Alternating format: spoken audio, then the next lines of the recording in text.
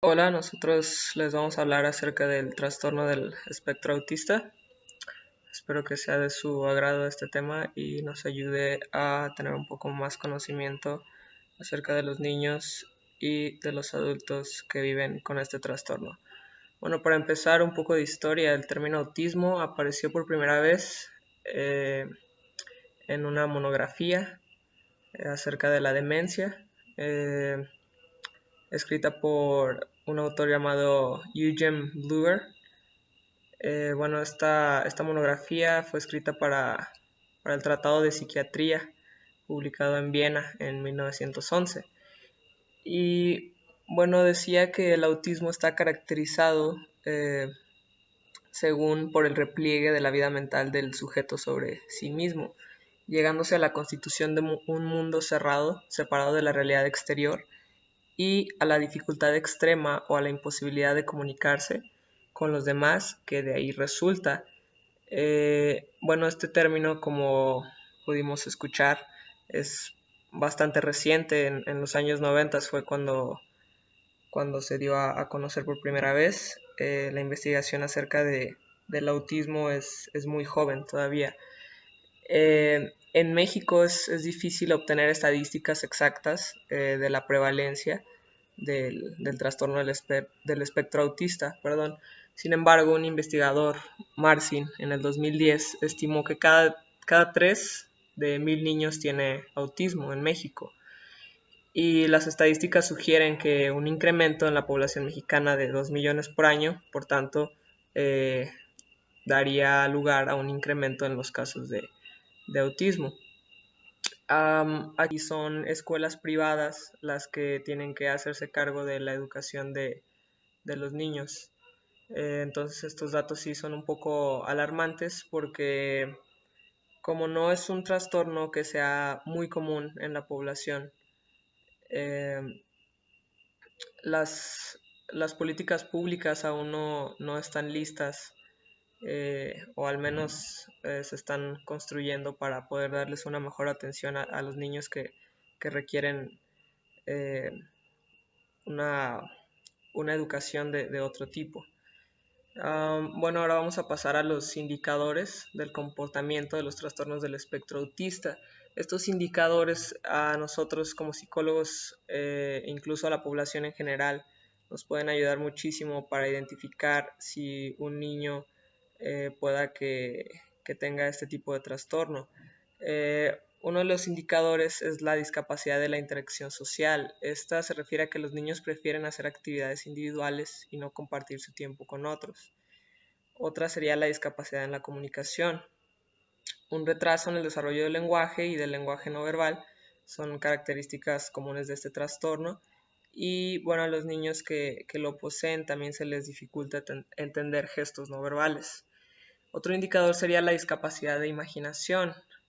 El comportamiento estereotipado y ritual, donde las rutinas repetitivas y un retraso extremo o ausencia del juego son las características comunes en estos niños.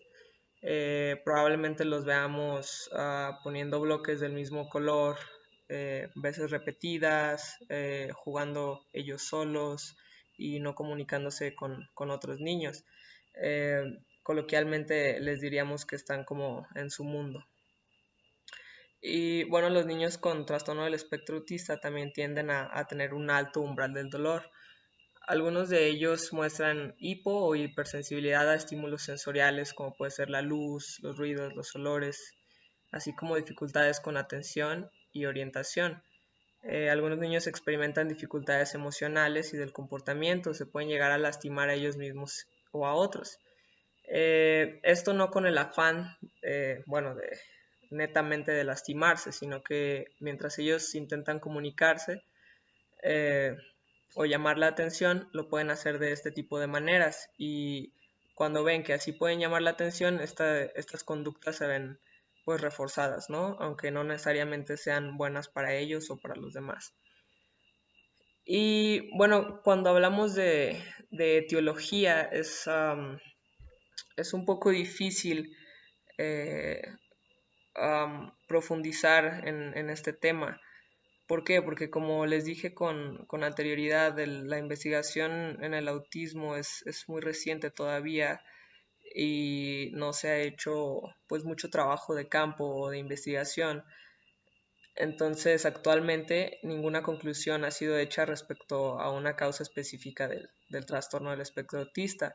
La mayoría de los estudios se centran en posibles factores cerebrales, mentales y genéticos que afectan, pero realmente no hay una causa exacta para este trastorno, como sí lo hay para otros. Desde las diferentes perspectivas, por ejemplo, en el nivel biológico, muchos estudios han encontrado diferentes anormalidades cerebrales en individuos con autismo y han reportado que mutaciones o variaciones estructurales en algunos genes, por ejemplo, el CHD8 y el KATANAL2, pueden tener un impacto muy grande en el feto cuando se está desarrollando y así generar este trastorno. Sin embargo, como les estoy diciendo, pues son meramente teorías, son factores pues que son llegados a considerar por los investigadores para darle pues una razón al porqué de la existencia de este trastorno. Algunos otros de los factores de riesgo pueden ser el daño cerebral, las complicaciones en el nacimiento, como por ejemplo un nacimiento prematuro o un nacimiento postmaturo. Desde otra perspectiva, en el nivel cognitivo, bueno, las causas del autismo no están relacionadas al coeficiente intelectual. Puede que algunos chicos que tengan este trastorno sean muy buenos en algunas áreas, pero se les dificulte mucho desenvolverse en áreas escolares o en otro tipo de actividades, pero no quiere decir que sean retrasados mentales ni que tengan una, pues meramente una dificultad de aprendizaje. Existen casos, por supuesto, como todo, hay variedades, pero no debemos relacionar el autismo directamente con un coeficiente intelectual bajo. Y bueno, las teorías psicológicas más comunes que explican el autismo a nivel cognitivo son la teoría de la mente, la del control ejecutivo y debilidad en la coherencia central. Esto quiere decir que ellos no pueden entender a los demás como la mayoría de la gente lo hace, no son capaces de empatizar con los demás porque no entienden los pensamientos, las ideas o los sentimientos de los otros. Estos niños carecen de la habilidad de predecir las relaciones entre los estados externos de los asuntos y los estados internos de la mente.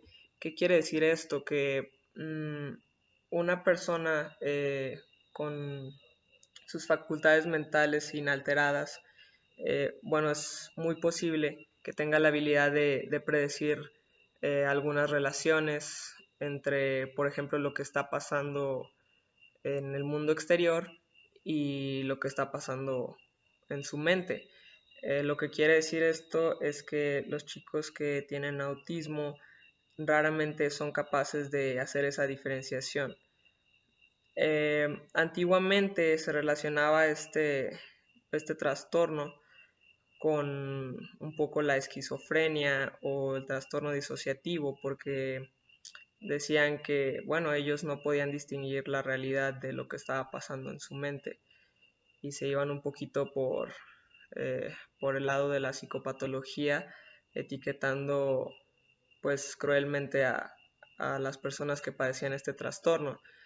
Pero ya como ha ido avanzando un poco más la investigación, pues nos hemos dado cuenta y los investigadores se han dado cuenta de que no necesariamente está relacionado con una psicopatología de este tipo, el trastorno del espectro autista. Y creo que eso es muy importante de considerar porque al momento en el que nosotros como psicólogos estemos haciendo prácticas en educación especial o cuando estemos haciendo psicodiagnóstico de alguien que tenga indicadores del espectro autista, bueno, podemos tomar todos los factores o los factores que ya han sido estudiados en cuenta para poder hacer un diagnóstico correcto. Buenas tardes.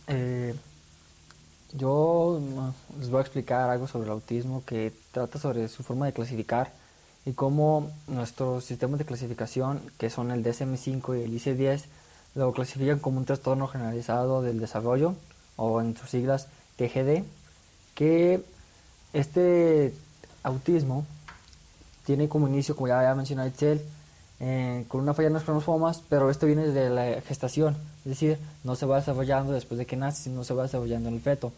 Eh, Se caracteriza por limitar las áreas específicas o globales a nivel personal, social, académico y laboral.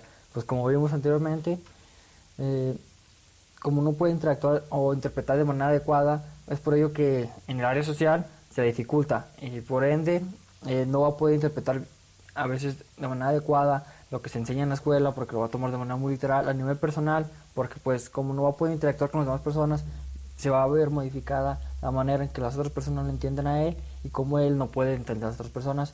A nivel laboral, pues por esa discriminación que se les brinda a personas con discapacidad y aparte por esas dificultades que pues a veces los trabajos requieren de interactuar con los demás. Sin embargo, pues como se le dificulta esa capacidad, no significa que no pueda lograrlo. De hecho, en muchos casos yo pues les podría poner el caso de una serie que vi que era un chico con autismo y trabajaba de manera adecuada en vendiendo electrodomésticos, es decir, interactuaba con las demás personas y era muy bueno. Bueno, está muy cómico cómo trabajan, pero pues es un ejemplo.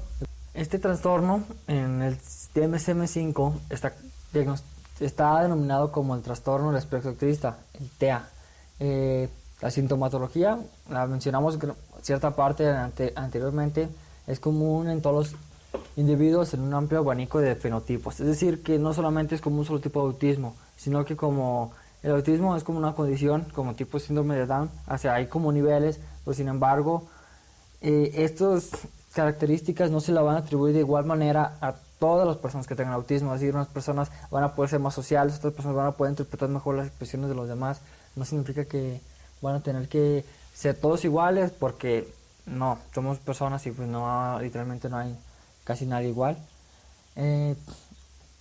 Considera que las características fundamentales de autismo son un desarrollo de la interacción social y la comunicación claramente anómalos o deficitarios. Es decir, como se ha mencionado, la interacción social es la principal dificultad que las personas que padecen este trastorno se ve afectado.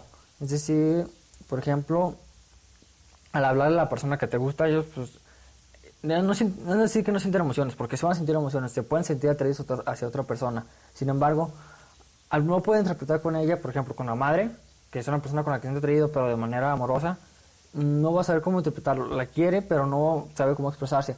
Por ejemplo, a ellos no les gustan para nada los abrazos, o bueno, hay otros que sí les pueden gustar los abrazos, pero por un ejemplo, en la serie que vi, al muchacho no le gustaban nada los abrazos, y pues la madre le gustaba abrazarlo, pero pues le decía no, no abrazos o no esto, porque era como una manera en la que él comunicaba y cómo se sentía a gusto estando con ella. Y un repertorio muy distinguido de actividades e intereses. Es decir que, por ejemplo, si les gusta la escuela, en la escuela, por ejemplo, en la escuela solo les va a gustar cierta materia. Puede ser solamente la geografía y de ahí en más. No es que no sepan de las otras materias, es como le gusta tanto la geografía, se va a sentar demasiado en conocer la geografía y todo lo que aprenda de su vida diaria, de otras materias, lo va a estar relacionando con la geografía, porque es algo que está muy enfatizado en realizar y le gusta mucho realizar. Pero esto no significa que afecte en otras áreas, sino que simplemente está muy afectado, muy relacionado. Por ejemplo, en la serie que vi, él inventaba la Antártida. Y todo tema de conversación de la escuela, con demás personas, lo relacionaba con pingüinos de la Antártida. Esto es a lo que se refiere, que es como ese tema restringido y esas actividades hacen que se vuelvan como su núcleo, o sea, su punto de interés en el que más ellos se pueden expresar de manera más cómoda. Ahora pasamos a los criterios diagnósticos, que estos son categorizados como el DSM. Como dije, ya lo mencionamos anteriormente. Sin embargo, estos son como los puntos exactos que vamos a tener que tomar en cuenta al momento de diagnosticar a una persona con autismo. Esto es demasiado importante porque como he dicho, si lo tomamos como con negligencia o no tomamos con esa seriedad, podríamos diagnosticar a alguien con autismo que no tiene autismo. E igual le vamos a ver el diagnóstico diferencial porque podría no ser autismo, puede ser otro trastorno que esté afligiendo a la persona y por lo tanto, no, pues tiene autismo y eso está pues, muy mal, no debemos hacer eso. El primer criterio diagnóstico es deficiencia persistente en la comunicación, en la interacción social, en diversos contextos, manifestados por lo siguiente, actualmente o por los antecedentes, es decir, que en la actualidad o que anteriormente ha sufrido este tipo de consecuencias. Deficiencia recíproca socioemocional, es decir, no entiende las emociones tanto propias como ajenas, es decir, no sabe cómo es el amor, o sea, él siente algo, pero no puede dar una definición. Ahí si alguien intenta explicarlo, nomás lo entiende de manera literal, no lo va a sentir como una emoción abstracta de algo así. Y, por ejemplo, no puede usar expresiones como de, ay, mariposa en el estómago, porque lo va a tomar literal, como, ay, eso no, ¿cómo vas a tener mariposa en el estómago? No se puede tener, como, pues sientes como cosquilleo en el estómago, ahí ya ven siendo como, eso es una, él le explicas cómo se manifiesta el amor de manera física y lo vas a platicar de manera literal. Deficiencias en las conductas comunicativas no verbales utilizadas en la interacción social. Eso es lo que les mencionaba. Por ejemplo, un coqueteo. Esa persona, si a alguien le coquetea, pues la persona con autismo va a estar pues, en sus fauces, ni siquiera va a saber que le coqueteó, ni siquiera va a estar como interesado o sabiendo que esa persona es atractiva para él. Simplemente va a ser como, mira, me está viendo. Y pues no va a ser como algo como de, mira, me está viendo bonito, me está haciendo ojitos. Ellos no lo ven así, simplemente lo ven, me está viendo a mí. Y puede incluso hasta sentirse incómodos por el hecho de que la otra persona los esté viendo de manera fija. Y déficit del desarrollo, mantenimiento y comprensión de las relaciones, como les decía. Sí pueden llegar a casarse, pero por ejemplo las relaciones madre e hijo, no entiende muy bien cómo se relacionan estas estructuras. Con un amigo puede sentirse a gusto, pero no sabe cómo los cumpleaños, qué debe hacer, qué no debe hacer. Ese tipo de, como no entiende a la otra persona, se le dificulta mucho entablar relaciones y desarrollar y mantenerlas, sobre todo, porque puede, por ejemplo, iniciarlas, pero la persona en un futuro puede que le caiga mal y ya porque no le habló o porque le hizo algo feo o porque empezó a llorar de manera muy rara y pues dejan de ser sus amigos.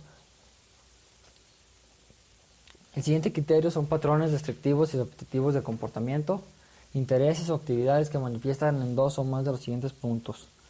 Igual, actualmente o que antes hayan pasado. Movimiento, uso de objetos o habla estereotipada o repetitiva. Esto se puede dar, por ejemplo, como anteriormente le han dicho que son hipersensibles, este tipo de movimientos son los que ayudan a controlar esa hipersensibilidad. Por lo tanto, ya sea con la boca o con las manos, caminar en círculos, son muchos tipos de estereotipos que pueden mantener. Un ejemplo sería, bueno, como les voy a poner muchos ejemplos de esta serie porque pues explica de manera muy adecuada qué es el autismo. El muchacho cuando se empezaba a sentir estresado o aislado repetía el nombre de 3 pingüinos y se ponía en posición fetal para poder controlar ese exceso de sensibilidad que tenía a sus alrededores o al no comprender cierto tema. Insistencia en la monotonía excesiva, inflexibilidad a rutinas o patrones ritualizados o comportamiento verbal y no verbal. Igual luego de caer en la serie, porque, pues, en la serie el muchacho cada que su hermana cumplía años hacían un ritual porque pues la mamá se sentía muy cansada y tenía que salir a comprar y hacer la fiesta y para que el muchacho con autismo pudiera estar calmado. El ritual consistía en levantarlo a las 12 de la noche gritándole feliz cumpleaños, el número de veces que cumpleaños, luego buscar un changuito, darle el número de abrazos y por último le hacía una historieta, le daba un regalo. Y ese ritual se repetía cada año, desde los 5 años hasta ese momento que tenía 18 años. Intereses muy restrictivos, fijos, que no son anormales en cuanto a su intensidad y focos de interés se refiere. Por ejemplo, lo que les dije, este muchacho que le encantaban los pingüinos, cualquier tema que no le interesara o que no fuera como importante para él, intentaba encontrar ese interés a través de los pingüinos. Por ejemplo, si decían, no, pues son muy amorosos, los pingüinos machos son muy amorosos con sus hijas, y así es como los relacionaba para poder interesarse y poder entablar conversaciones. Y la hiperactividad o los estímulos sensoriales e intereses inusuales por los aspectos sensoriales del entorno, es decir, que perciben de manera muy fuerte o muy intensa sensaciones de su alrededor. Por ejemplo, tú puedes escuchar música, a él le va a incomodar porque va a sentir como si lo estuviera poniendo una bocina en el oído. Eso sería la hipersensibilidad. Y la hiperreactividad es la manera pues contraria, pues como no percibe ciertas sensaciones. El siguiente serán los síntomas. Tienen a manifestarse en el periodo de desarrollo temprano, no obstante pueden no revelarse totalmente hasta que las demandas sociales sobrepasen sus limitadas capacidades. Estos síntomas pueden encontrarse enmascarados por estrategias aprendidas en fases posteriores de la vida. Pues aquí vemos que si bien se desarrolla desde el feto, uno no se puede dar cuenta hasta después cuando empieza a interactuar. Por ejemplo, que el bebé llora mucho por el ruido, que no entiende mucho las expresiones de la madre, que le trata de decir, por ejemplo, te vas a quemar. ¿Cómo me voy a quemar? Porque la sopa está caliente. Es como no entienden las referencias.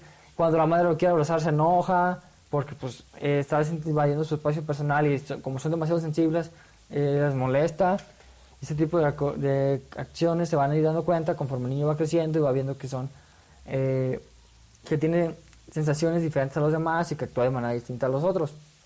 Los síntomas causan deterioro clínico significativo en el área social, laboral o en otras importantes para funcionamiento habitual. Como les dije, se les dificulta trabajar, no pueden tener amigos de manera sostenible, así que los mantengan. Con la familia también a veces puede tener problemas, ese tipo de cosas. La alteración no se explica mejor por una discapacidad intelectual o por un retraso global del desarrollo. Esto es lo que vamos a ver ahorita, que son las diferencias que tenemos que tener en cuenta para no diagnosticar a alguien que tenga autismo con otra enfermedad. Tenemos que tener muy en cuenta esto porque pues es de lo más importante no dar un diagnóstico correcto, porque si no puedes dañar más a la persona. Cuando debamos diferenciar este autismo, se debe diferenciar con la deficiencia mental. Como ya mencionó Excel, si bien puede que alguien del autismo tenga deficiencia mental, no todos pueden tener deficiencia mental por lo mismo de sus intereses, porque no les interesa la materia. Entonces, como no les interesa, no lo van a realizar, no lo van a prestar atención, y pues muchas veces se piensa que es mental y no. Aquí se va a diferenciar por las relaciones interpersonales, la comunicación y las habilidades motoras y dismorfias. En relaciones interpersonales, pues vemos que por qué motivos tiene esas relaciones interpersonales, esa dificultad en las relaciones interpersonales. Si es porque literalmente no conoce de más o no tiene las capacidades para entablar una conversación con alguien, o porque es muy restrictivo, muy selectivo, como es en el caso del autismo. La comunicación, pues acaso sería como que no comprender temas, y en caso del autismo, pues viene siendo el lenguaje no verbal, que no comprende mucho bien el lenguaje no verbal, o la ironía o el sarcasmo, porque pues sus alteraciones genéticas le han pedido desarrollar ese tipo de habilidades motoras. En el autismo tienen muy buenas habilidades motoras finas, sin embargo las motrices no son su fuerte. Es decir, por ejemplo, no vas a ver una persona con autismo, bueno, sí se puede, pero normalmente no practican deportes que tengan que ver como fútbol, natación. Simplemente van a practicar cosas que les gusten más, como pintura, arte, cosas muy relacionadas a la motricidad fina, y pues dismorfias, que lo mencionamos en temas pasados. El síndrome de Rett, anteriormente se veía como una parte del autismo, pero pues ya se integró, ya no es como el autismo como tal. Este solo se presenta en mujeres, existe un periodo de desarrollo normal y se observa alteraciones como pérdida de motricidad fina, dificultad en la coordinación del tronco y de la marcha, hiperventilación y estereotipadas manuales. Estos 3 puntos son los que tenemos que ver. Por ejemplo, como hoy dije, el autismo tiene muy buena motricidad fina. Si tiene mala motricidad fina, entonces tenemos que darnos en cuenta que se puede ser el síndrome de Rett en caso de que es mujer. Dificultad de coordinación en el tronco y la marcha, que pues se puede dificultar porque tampoco las personas con autismo tienen buena motricidad. Hiperventilación y estereotipos manuales. El síndrome de Asperger, era otro que estaba muy relacionado con el autismo, o que se creía que era una parte del autismo distinto, pero ya se integró, igual que el síndrome de Rett es parte del autismo, es un tipo de autismo, pero pues esta vez está integrado. El síndrome de Asperger se diferencia por no presentar trastornos de la comunicación e imaginación, no tiene retraso significativo del lenguaje y desarrollo cognitivo. Es lo que se mencionaba antes, o esto puede ser relacionado como autismo leve actualmente. disfasia, el lenguaje mímico y gestual se desarrolla de manera normal y no presenta trastornos de relaciones interpersonales. Y por último, la privación psicoactiva. Los síntomas disminuyen después del tratamiento. La privación psicoafectiva pues, va a tener características similares al autismo, pero en este caso, el autismo cuando va a terapia, estos problemas no se solucionan, solamente se pueden controlar. Y en la privación psicoafectiva, sí, cuando va a terapia, disminuyen y ya en caso casi de totalidad, no disminuyen como totalmente. El trastorno del vínculo se diferencia por factores de crianza patológicos, es decir, igual que en el otro, que las patologías son como criados de manera errónea, que no pueden, pues incluso como que les gritan mucho, que no los dejan salir, que los tienen muy atados, bueno, atados no literalmente. No hay trastornos empáticos, es decir, por ejemplo, en el autismo se les dificulta mucho entender a la otra persona, se dificulta mucho la empatía, en este caso sí pueden tener empatía hacia el otro, no presentan alteraciones de la comunicación y patrones de actividad, es decir, solamente son como, no pueden interactuar bien con los demás por su estilo de crianza. Bueno, pues de mi parte sería todo, les dejo con mi compañera Paula. Pues continuando con la exposición, entramos de lleno al tema de la educación del servicio educativo para los niños con trastorno autista. Es importante retomar el concepto de educación inclusiva, ya que este concepto salió al público en 1990 por medio de la UNESCO, ya que dentro de la conferencia de Yomtay produjo la Declaración Mundial en Educación para todos los niños.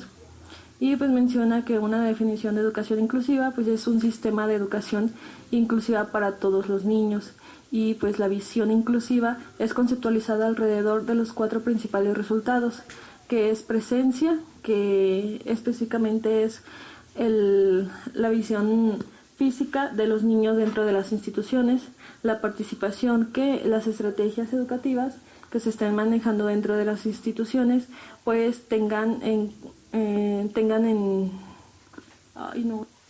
consideración la participación de los niños dependiendo de la discapacidad que tenga, en este caso los niños con trastorno autista, la aceptación tanto de los compañeros de los niños, así como de los maestros, profesores y pues todo la población que conforme la institución a la que acudan los niños, y el éxito que los niños se sientan aceptados y pues que vayan logrando las metas a nivel académico.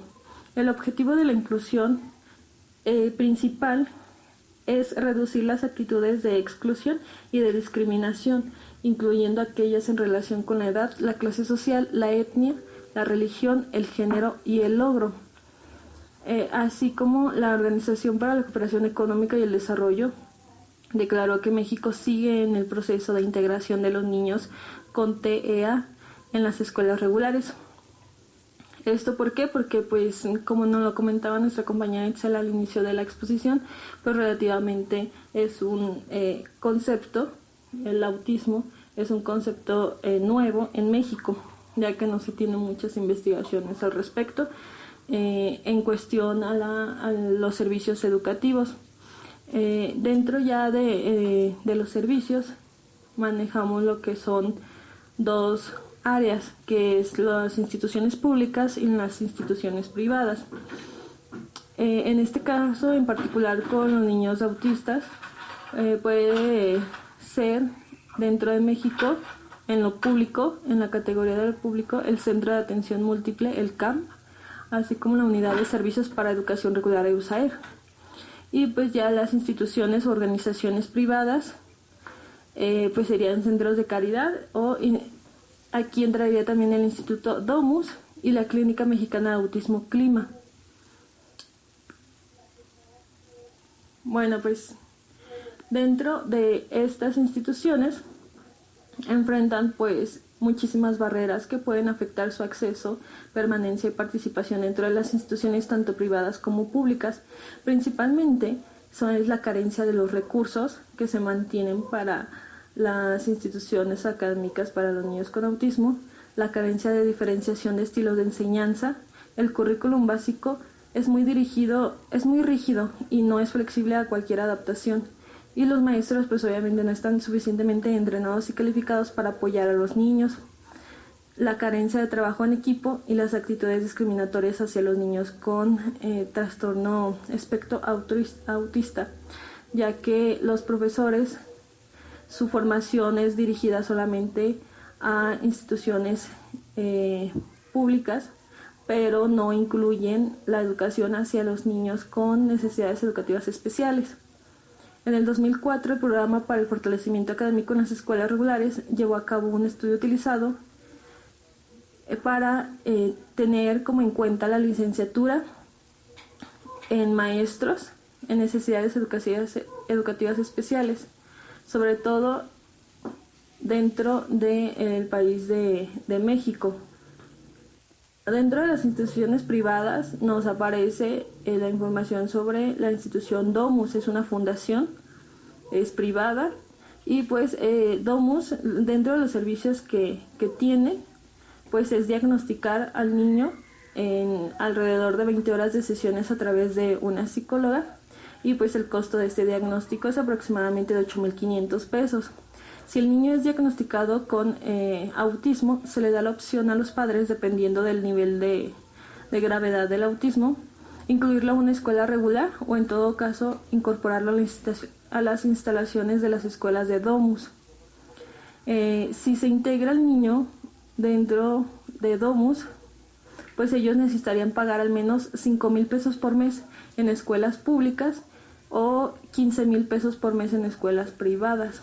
Este tipo de costos pues es un poco elevado pues a las familias que son de escasos recursos, que tienen el sueldo mínimo, y por eso es que la mayoría de los niños con autismo no pueden ingresar a las escuelas.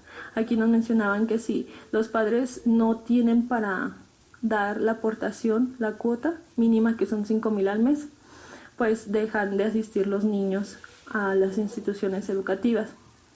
Entonces esto genera un problema académico, ya que pues no se tiene pues la incorporación de un niño a una institución.